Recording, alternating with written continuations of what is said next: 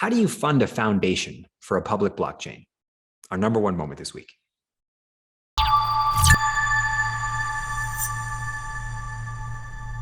Hello and welcome to another top 5 AntelopeIO moments of the week. Now, please keep in mind, none of this is financial advice and you're strongly advised as ever to do your own research. This is brought to you by the team at Helios, myself, Chris Barnes. And Waxer. So jumping in with number 5, we have Bitcoin Libre, and they are now listed on DeFi Llama. Yes, so Bitcoin Libre is a purpose-built deployment of the AntelopeIO, previously EOSIO, software stack that focuses on DeFi for Bitcoin and USDT. Here, users can transfer, stake, swap, and earn yield with their Bitcoin, USDT, and of course, Libre tokens.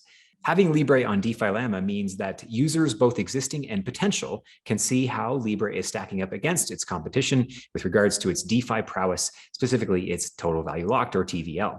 As of the time of this recording, the Bitcoin Libre blockchain has just under 3 million in TVL, but that's also because it's not including the native Libre token. If you include that, it's actually closer to 5.5 million. And of course, if you'd like to learn more about Libre, check out our playlist, as we've had many how-to and intro videos about Libre, and we'll be having much more. Coming in at number 4, we have UTX Tokens from the UX network, and they are now available for buying and selling on the EOS-based DEX Defibox. Yeah, so UTX tokens have long been awaiting a proper marketplace for not only tokens to be bought and sold, but also to simply allow for a proper free market discovery of their token price. This marketplace has been made available by the successful launch and usage of inter-blockchain communication, where tokens on the UX network are able to be trustlessly transferred to the EOS network and then deposited onto Defibox, where trading between EOS and UTX tokens can take place. Prior to this, the only way one could really acquire UTX tokens was either via an OTC trade with an existing token holder or through the UtilityX.io site, where Ethereum was able to be and still is able to be traded for UTX tokens at a price of roughly 10 cents per UTX token. Right now on Defibox, we're seeing it for much lower than that, around the 2-cent range, but it fluctuates. It's very cool to see the IBC, which is inter-blockchain communication, between the Antelope chains actually coming into effect. And one of course, the most basic use cases is what we've seen here, which is the transfer of tokens. What's very cool is eventually we're going to see IBC between various Antelope chains, where dApps on one chain can leverage products and services on another. Bottom line, if you're interested in diversifying across more Antelope chains, UTX is now available. And now for number 3. So one of the most popular NFT ecosystems, Wax, have come out with their 2023 roadmap. Yeah, so this one missed our radar when it was first released in early January, but a recent tweet from the main Wax Twitter account reminded us that the 2023 roadmap, which includes the addition of Ethereum Virtual Machine, is now out. So the roadmap has 4 main focuses: the core Wax blockchain protocol, their cloud wallet, the VIRL marketplace, and ecosystem and tooling. There are quite a few bullets for each category, so I'll just review a couple standout points for me anyway. For the core Wax protocol, they will continue to participate and help the Antelope Coalition and help fund that, which is awesome. They'll be implementing IBC and instant finality standards, and we'll be launching EVM once it's available through AntelopeIO, which I was not actually aware of. So I'm going to dig more into this because I didn't really realize that AntelopeIO as a coalition was also working on EVM. I thought that was a more project by project specification. However, it is on their roadmap. For their cloud wallet, they're launching a fully redesigned product with enhanced UX or user experience. It will have a full NFT bridge to Ethereum and Binance Smart Chain, and they're looking to launch a DApp whitelisting and account trust scores to help identify and combat the respective negative aspects of bot accounts. For VIRL Marketplace, they will be adding, pardon me, audience. For the VIRL marketplace, they'll be adding social features that can allow users to discover collections and other like-minded communities. And they'll be launching multi-chain support for Ethereum and other EVM-based chains, making VIRL a true multi-chain environment. Finally, for the ecosystem and tooling category, they will be integrating with custodial service providers to aid in institutional adoption. They will be making enhancements to their Wax Blockchain Explorer. And lastly, they'll be launching a Unity SDK, which will have native integration with their cloud wallet and core Wax blockchain services. Well, number 2, we have Justin Gadici, the CEO of Telos Foundation. He has released his Outlook note for 2023. Yeah, so this article is in follow-up to the Telos Foundation's 2022 year-end report, which if you hadn't had a look at, I definitely recommend you do. It's worth your time. The report covers a lot of detail around what the growth, the Telos Foundation, and the Telos ecosystem experienced in 2022. I also really like their financial summary, which added a good amount of detail around their quarterly spending and their spend in USD, so not applying downward pressure to the Telos token price, and of course their costs that are paid in the native Telos token, which is TLOS. From Justin, we learned of his team's three main strategies for 2023: increased marketing efforts, expanded partnerships, and onboarding top-tier projects. He also included some key performance indicators, or KPI, that they'll be measuring their success against. Those are community engagement, total value locked, or TVL, and new project onboarding set to 30 new projects, and exchange listings with a focus on global markets. The article then is broken into a few other sections that are basically forward-looking outlooks, and those are technical, marketing, business development, NFT, liquidity exchanges, and a final outlook.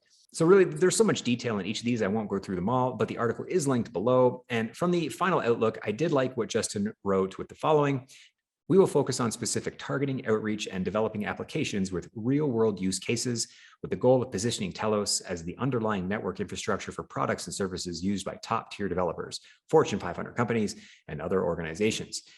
We remain committed to building a blockchain for users and the environment as the goal, with a focus on delivering a network that continues to provide instant transactions, fixed gas costs, a user-driven experience, zero downtime, carbon neutrality, and no front running. And now for number one. Our top AntelopeIO moment this week is that the Proton founder, Marshall Hayner, has put forward a new proposal for the Proton community to effectively double the current XPR token supply. Yes, so this proposal is certainly a big item for discussion in the Proton community, and there have been a couple thousand messages in their main Telegram channel the past 24 hours for a very good reason. The proposal runs over a bit of history of Proton and setting the stage for where the blockchain is today. After this, it breaks down where the proposed newly minted tokens will go. 500 million XPR to block producers via a series of grants, 2 billion XPR to the community in another series of grants, 1.5 billion tokens to support marketing efforts, which again will be given out by grants. And in this case, all the grants will be tied to a DAO approval via the Proton Consortium NSIG. And finally, 10 billion XPR will be given to the lead protocol development team, Metallicus, which is led by Marshall himself. Now, keep in mind the current total circulating supply of XPR tokens is 14 billion. So this is effectively doubling. It's another 14 billion being added. For the 10 billion to the Metallicus team, the proposed work to be done with that funding is actually quite impressive, to say the least. A few standouts are a Proton DEX with over 200 top cryptos listed, biometric account recovery, compliant private transactions, ISO 20022 compliance, Proton compliance dashboard, and Proton is very focused on compliance, which is quite awesome to see, and a Proton credit card with on-chain rewards. I mean, there's much more, so definitely encourage you to check out not only Marshall's tweet, but then this proposal, which lists out what they'd like to do over the next 3 years, by the way. Of the feedback from the community has definitely been mixed. Many recognize that developers need to get paid, and expecting to build a top-tier ecosystem with volunteers just isn't going to work. Others simply see this as a huge dilution of the token, which in the end will make Proton less attractive to potential investors. One comment that stood out to me was from Crackerjack, and he wrote the following: I work in corporate manufacturing and accounting. It's just like a CapEx proposal. They're basically asking for 24 million at the current price with little more than a page. You would never get that level of funding for a CapEx project without going through a clear and much more rigorous process than this. I definitely agree about the need for a DAO dashboard to organize this stuff. So I definitely see his point and would tend to agree that the more comprehensive view of a proposal by the broader community as a DAO would be ideal. The way delegated proof of stake works, however, is the BPs in the end decide what happens. And the token holders are the ones who should be technically actually selecting the BPs with their tokens. Unfortunately, what we see is generally a very poor turnout of the voters, as most token holders store their tokens on an exchange and therefore don't participate individually in making governance decisions. Or even worse, the exchanges themselves use those tokens to participate themselves, or they actually vote or sell their votes to block producers who then make those governance decisions. So it'd be very interesting to see how this plays out with the Proton community. I can definitely recognize the plight that they're going through. The foundation, which is essentially the Metallicus crew, are trying to build a top-tier blockchain running on this excellent technology stack, which we've seen with the EOS, Telos, Wax, Ultra, UX network. So it's a tough competition out there, and they do need to raise funding. And this is one way to do it. So at a minimum, we all wish the Proton community the best with this very challenging situation that they find themselves in. But to those not in the Proton community, this is something to keep your eye on. Does this work? Can it work to benefit a blockchain and an ecosystem to effectively double their token supply and still succeed? That concludes this week's top 5. Thank you for watching this week. If you missed last week, you can now probably click somewhere on my face and watch that video as well. Yes. Yes, you should click on Wax's face and watch that video. And of course, like, subscribe, all those good things. We will come at you each and every week with the top 5 moments. If you have any comments about these top 5 moments, let us know in the comments below. And if you have something that we should be speaking about that we've missed, let us know.